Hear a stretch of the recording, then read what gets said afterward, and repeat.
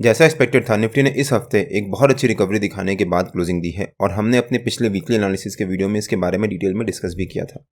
Nifty ने daily basis पे दो इंपॉर्टेंट कैंडलस्टिक पैटर्न बनाए हैं। आपके हिसाब से मैं कौन से पैटर्न्स की बात कर रहा हूँ, प्लीज़ कमेंट से बताइए। इस वीडियो में मैं अपने व्यू शेयर करूंगा कि मेरे हिसाब से निफ्टी के अगले हफ्ते के लेवल्स और मूवमेंट कैसी रह सकती है, और हम देखेंगे कि मैं कौन से पैटर्न्स की बात कर रहा हूँ और उनका सिग्निफिकेंस क्या है, प्लस निफ्टी के कल के लेवल्स और मूवमेंट कैसी रह सकती है। सो वीडियो काफ़ी इंपॉर्टेंट होने वाला है, इसको बिना स्किप करे एंड तक जरूर देखिएगा। Hello friends, welcome to trade to spend. Nifty के वीकली एनालिसिस के एक और वीडियो में आपका स्वागत है। होप आपने हमारा पिछले हफ्ते का वीडियो देखा होगा जिसमें हमने अपने इस हफ्ते के लेवल शेयर किए थे। हमने क्लियरली मेंशन किया था कि अगर निफ्टी मंडे ट्यूसडे को पॉजिटिव क्लोजिंग देता है तो हो सकता है निफ्टी में बहुत अच्छी रिकवरी आए और 24,700 निफ्टी का पहला हॉल्ट हो, और निफ्टी ने 24,700 के पास ही जाकर कहीं क्लोजिंग दी है, जो कि निफ्टी के लिए एक इंपॉर्टेंट क्लोजिंग है। और निफ्टी ने अपना वीकली रेजिस्टेंस को ब्रेक किया है और उसके ऊपर जाकर सस्टेन किया है। अगर हम निफ्टी का डेली चार्ट देखें एक बार, हमने अपने पिछले वीकली एनालिसिस के वीडियो में क्लियरली मेंशन किया था कि अगर निफ्टी मंडे को एक पॉजिटिव क्लोजिंग देता है और ट्यूसडे को मंडे के हाई या मंडे की क्लोजिंग के ऊपर ट्रेड करता है और वहाँ सस्टेन कर जाता है, तो हो सकता है निफ्टी में बाकी के 3 दिन मतलब वेडनेसडे थर्सडे फ्राइडे बहुत अच्छी रिकवरी रहे। और वैसा ही हुआ। निफ्टी ने मंडे को एक पॉजिटिव क्लोजिंग दी, ट्यूसडे को निफ्टी ने बहुत अच्छी रिकवरी दिखाई और finally Wednesday Thursday Friday Nifty ने बहुत अच्छी रिकवरी दिखाने के बाद क्लोजिंग दी है। प्लस निफ्टी ने 24,700 जो हमारा पहला हॉल्ट था उसके पास जाकर क्लोजिंग दी है, और हमने अपने पिछले वीकली एनालिसिस के वीडियो में इसके बारे में डिटेल में डिस्कस भी किया था। अगर आपने हमारा पिछला वीकली एनालिसिस का वो वीडियो नहीं देखा है तो उसका लिंक मैंने डिस्क्रिप्शन में डाल दिया है और आपको ऊपर यहाँ पर आई बटन में मिल जाएगा। एक बार आप वो वीडियो जाकर जरूर देखिएगा। जैसा मैंने शुरू में कवर किया कि निफ्टी ने डेली बेसिस पे दो इंपॉर्टेंट कैंडलस्टिक पैटर्न बनाए हैं। अगर आप ध्यान से देखो तो निफ्टी ने यहाँ पर एक inverted head and shoulder sort of candlestick pattern बनाया है। ये बन रहा है एक शोल्डर, फिर हेड और फिर एक शोल्डर। इस कैंडलस्टिक पैटर्न को inverted head and shoulder candlestick pattern कहते हैं, और ये ऑलमोस्ट उसी तरह से काम करता है जिस तरह से head and shoulders candlestick pattern काम करता है। Head and shoulder candlestick pattern नीचे की तरफ ब्रेकडाउन देता है और inverted head and shoulders breakout देता है ऊपर की तरफ। निफ्टी ने फाइनली पिछले हफ्ते थर्सडे को उस कैंडलस्टिक पैटर्न का ब्रेकआउट दिया है और फ्राइडे को निफ्टी ने वहां पर सस्टेन करने की कोशिश करी है। अब निफ्टी का जो थर्सडे का हाई है वो एक इंपॉर्टेंट लेवल हो जाता है। अगर निफ्टी इस लेवल को ब्रेक करके उसके ऊपर सस्टेन करता है तो हो सकता है ये इस inverted head and shoulder candlestick pattern का कंफर्मेशन हो और वहां पर निफ्टी में रिकवरी आए। Inverted head and shoulder candlestick pattern बताता है कि वहां पर अगर उसका ब्रेकआउट होता है तो कितना टारगेट अचीव हो सकता है और कितने टाइम फ्रेम में हो सकता है। मतलब यहाँ से ब्रेकआउट देने के बाद इस नेकलाइन से वो स्टॉक या इंडेक्स जिसको भी आप ट्रैक कर रहे हो वो कितना जा सकता है ऊपर की तरफ, और वो कितने टाइम फ्रेम में जा सकता है। मतलब वो 10 दिन, 15 दिन, एक हफ्ता, 2 हफ्ते में जा सकता है। और जो ये inverted head and shoulders candlestick pattern का ब्रेकआउट हुआ है, अगर ये फेक ब्रेकआउट नहीं है और ये एक्चुअल ब्रेकआउट है तो मेरे ख्याल से निफ्टी यहाँ से 25,800 तक जा सकता है, मतलब करीब यहाँ से 1300 पॉइंट दूर ऊपर की तरफ। और वो कितने टाइम फ्रेम में जा सकता है? मेरे ख्याल से जो निफ्टी ये पूरा जर्नी कवर कर सकता है 25,800 तक की, वो अप्रॉक्सीमेटली 2 वीक्स में, मतलब 2 हफ्ते में निफ्टी यहाँ से 24,700 से लेकर 25,800 तक जा सकता है। प्लस इसके अलावा निफ्टी ने एक और इंपॉर्टेंट कैंडलस्टिक पैटर्न बनाया है जिसको मैं रेगुलर बेसिस पे फॉलो भी करता हूँ।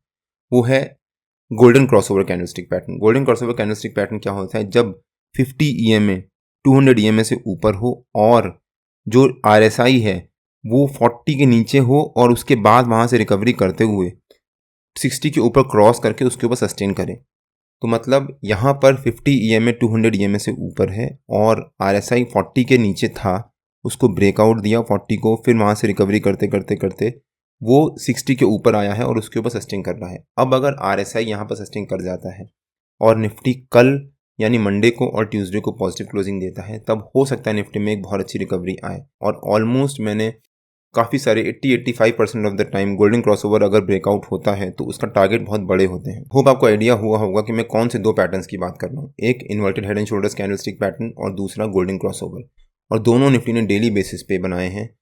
अगर निफ्टी इसको ब्रेकआउट देता है तो निफ्टी के ऊपर के टारगेट्स काफ़ी बड़े हैं। अगर मेरे को इस वीडियो में ज़्यादा से ज़्यादा लाइक और शेयर मिले तो मैं गोल्डन क्रॉसओवर और inverted head and shoulders candlestick pattern के ऊपर डिटेल वीडियो बनाकर अपलोड कर दूंगा। सो वीडियो को लाइक करिए और अपने दोस्तों को शेयर भी करिए। अब देखते हैं कि निफ्टी के अगले हफ्ते के लेवल्स और मूवमेंट कैसी रह सकती है। जो निफ्टी ने इस हफ्ते ये रिकवरी दिखाई है, अगर निफ्टी इस रिकवरी को कंटिन्यू करता है और मंडे को एक पॉजिटिव क्लोजिंग देता है अगर निफ्टी ने मंडे को एक पॉजिटिव क्लोजिंग दी और ट्यूसडे को मंडे की क्लोजिंग या मंडे के हाई के ऊपर सस्टेन करता रहा तो वो निफ्टी के लिए काफ़ी पॉजिटिव हो सकता है और हो सकता है फिर निफ्टी में एक और रैली आए।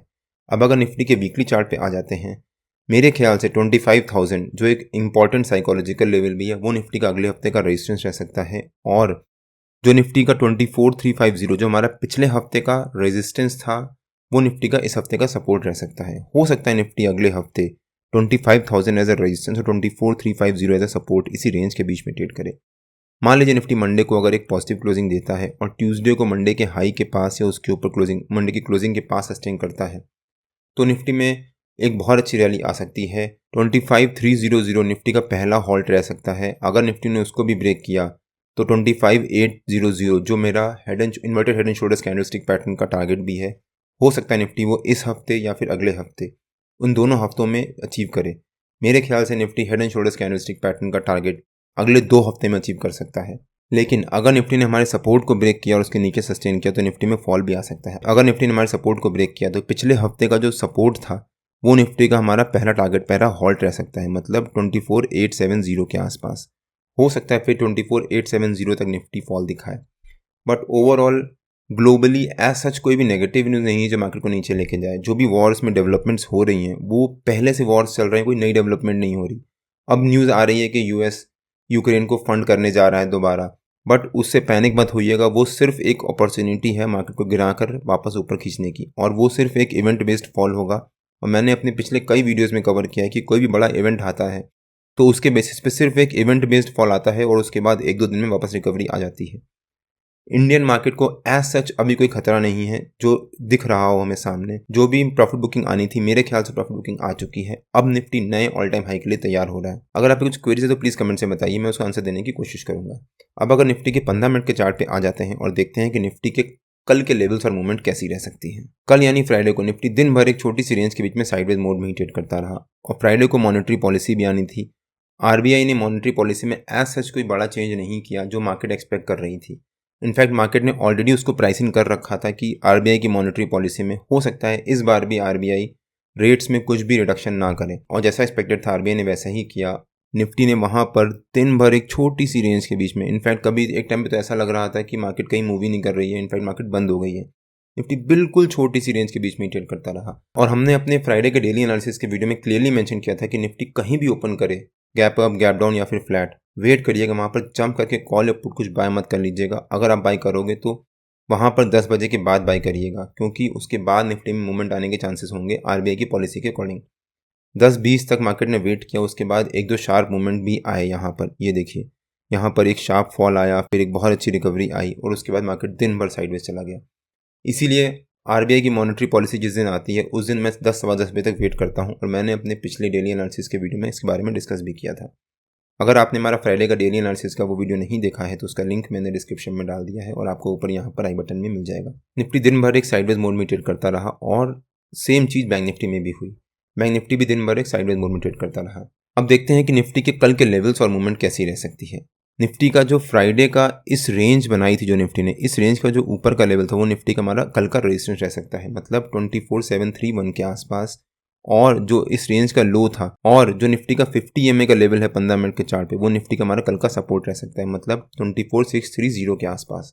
हो सकता है निफ्टी कल 24,731 एज अ रेजिस्टेंस और 24,630 एज अ सपोर्ट इसी रेंज के बीच में ट्रेड करे। मान लीजिए निफ्टी ने कल इसी रेंज के बीच में एक फ्लैट ओपनिंग दी। अगर निफ्टी ने इसी रेंज के बीच में एक फ्लैट ओपनिंग दी और 10-10 बजे तक वहाँ पर सस्टेन कर गया, मतलब शुरू की 4-5 कैंडल्स वहाँ पर सस्टेन कर गया अगर निफ्टी, तो निफ्टी के साइडवेज मूवमेंट यहाँ पर कंटिन्यू हो जाएगी। और मैं ऑलमोस्ट अपने कई वीडियोस में कवर करता हूँ कि अगर निफ्टी या कोई भी स्टॉक जिसको आप ट्रैक कर रहे हो वो साइडवेज मूवमेंट में ट्रेड कर रहा है, जितनी लंबी रेंज होगी वो साइडवेज मूवमेंट की, उतनी ज़्यादा मूवमेंट आएगी ब्रेकआउट या ब्रेकडाउन देने के बाद। अगर निफ्टी ने यहाँ पर 10-10 बजे तक सस्टेन कर गया तो हो सकता है उसके बाद निफ्टी ब्रेकआउट दे। अगर निफ्टी ने ब्रेकआउट दिया और हमारे रेजिस्टेंस को ब्रेक किया तो निफ्टी में एक बहुत शार्प रिकवरी आ सकती है। तक निफ्टी पहला हॉल्ट दिखा सकता है जो निफ्टी का फ्राइडे का हाई भी था। अगर निफ्टी ने यहाँ पर सस्टेन किया और इसके ऊपर ब्रेकआउट दे दिया तो निफ्टी में एक बहुत शार्प रिकवरी आ सकती है और हो सकता है निफ्टी हमारे वीकली रेजिस्टेंस के पास कहीं जाकर क्लोजिंग दे। वहीं अगर उल्टी तरफ अगर निफ्टी ने ब्रेकडाउन दिया तो हो सकता है निफ्टी हमारे सपोर्ट के पास आए। यहाँ पर निफ्टी ने पहले भी कल बहुत स्ट्रॉन्ग सपोर्ट लिया था, यहाँ पर रेजिस्टेंस लिया था, उसको ब्रेकआउट दिया था, तो 24 630 निफ्टी का इंपॉर्टेंट सपोर्ट बन जाता है, प्लस वो 50 EMA का लेवल भी है। तो अगर निफ्टी वहाँ तक आता है, निफ्टी यहाँ पर रेंज बनाता है, उसके बाद अगर निफ्टी ने रिकवरी ली तो हो सकता है निफ्टी में अगेन एक रिकवरी आए और शार्प शॉर्ट कवरिंग आए। मतलब अगर निफ्टी ने फ्लैट ओपन किया, वहाँ से फॉल दिखाया, फिर रेंज बनाई और फिर रिकवरी ली, एक यू पैटर्न सॉर्ट ऑफ बनाया और पहली 15 मिनट कैंडल के हाई को ब्रेकआउट दिया, तब निफ्टी में एक शार्प शॉर्ट कवरिंग आ सकती है। लेकिन अगर निफ्टी ने सपोर्ट को ब्रेक ही कर दिया और उसके नीचे सस्टेन कर गया, तो ये जो निफ्टी ने रेजिस्टेंस लिया था, मतलब 24,555 के आसपास, ये निफ्टी का पहला कल का हॉल्ट रह सकता है। यहाँ पर निफ्टी ने काफ़ी रेजिस्टेंस लिया था, फिर ब्रेकडाउन, फिर उसको ब्रेक करने की कोशिश करी, फिर वहाँ से रेजिस्टेंस, फिर ब्रेक करने की कोशिश करी, एक फॉल और एक स्ट्रॉन्ग कैंडल से उसको ब्रेकआउट दिया था यहाँ पर। तो 24,555 निफ्टी का फिर पहला हॉल्ट रह सकता है। अगर निफ्टी ने इसको ब्रेकडाउन दिया तब निफ्टी में और फॉल आएगा, बट वो हम कल देखेंगे। लेकिन अगर निफ्टी में सपोर्ट के पास एक गैप डाउन ओपनिंग ही दी, तब भी यहाँ पर जंप करके पुट बाय मत कर लीजिएगा, वेट कर लीजिएगा। हो सकता है निफ्टी यहाँ से गैप डाउन ओपनिंग दे, फिर रिकवरी दिखा दे, वो सिर्फ एक फेक गैप डाउन हो। क्योंकि अगर निफ्टी गैप डाउन ओपनिंग देगा तो 50 EMA के नीचे ओपन देगा, प्लस जो ये रेंज बनाई थी इस रेंज के भी नीचे ओपन देगा। तो वहाँ पर सस्टेन करना निफ्टी को इंपॉर्टेंट है। अगर निफ्टी वहाँ पर आधा घंटा पौन घंटा सस्टेन कर गया, मतलब 10 बजे तक सस्टेन कर गया, तब हम यहाँ पर जाकर पुट बाय कर सकते हैं with a further fall of 24,555, जैसा मैंने अभी कवर किया। मतलब 70-80 पॉइंट का एक और फॉल आ सकता है। वहीं अगर निफ्टी ने हमारे रेजिस्टेंस के पास है, उसके ऊपर एक गैप अप ओपनिंग दी, अगर निफ्टी ने हमारे रेजिस्टेंस के पास है, उसके ऊपर एक गैप अप ओपनिंग दी और वहाँ पर सस्टेन कर गया, तब हम यहाँ पर जाकर कॉल बाय करेंगे विद दिस टारगेट ऑफ 24,850। हो सकता है फिर निफ्टी वहाँ तक एक रिकवरी दिखाए। निफ्टी और बैंक निफ्टी के जो भी लेवल्स होते हैं वो रेगुलर बेसिस पे मैं अपने फ्री टेलीग्राम चैनल में पोस्ट करता रहता हूँ। अगर आपने मेरा फ्री टेलीग्राम चैनल ज्वाइन नहीं किया है तो उसका लिंक मैंने डिस्क्रिप्शन में डाल दिया है, और आप मेरे को टेलीग्राम में ट्रेड टू स्पेंड नाम से सर्च मार्केट ज्वाइन कर सकते हैं। अगर आपको वीडियो अच्छा लगा हो तो please like, share and subscribe और बेल आइकन जरूर हिट कर लीजिएगा, सो दैट जब भी मैं अपना अगला वीडियो पोस्ट करूँ आपको नोटिफिकेशन आ जाए। कल मार्केट में मिलते हैं। टिल देन जय श्री राम एंड जय हिंद।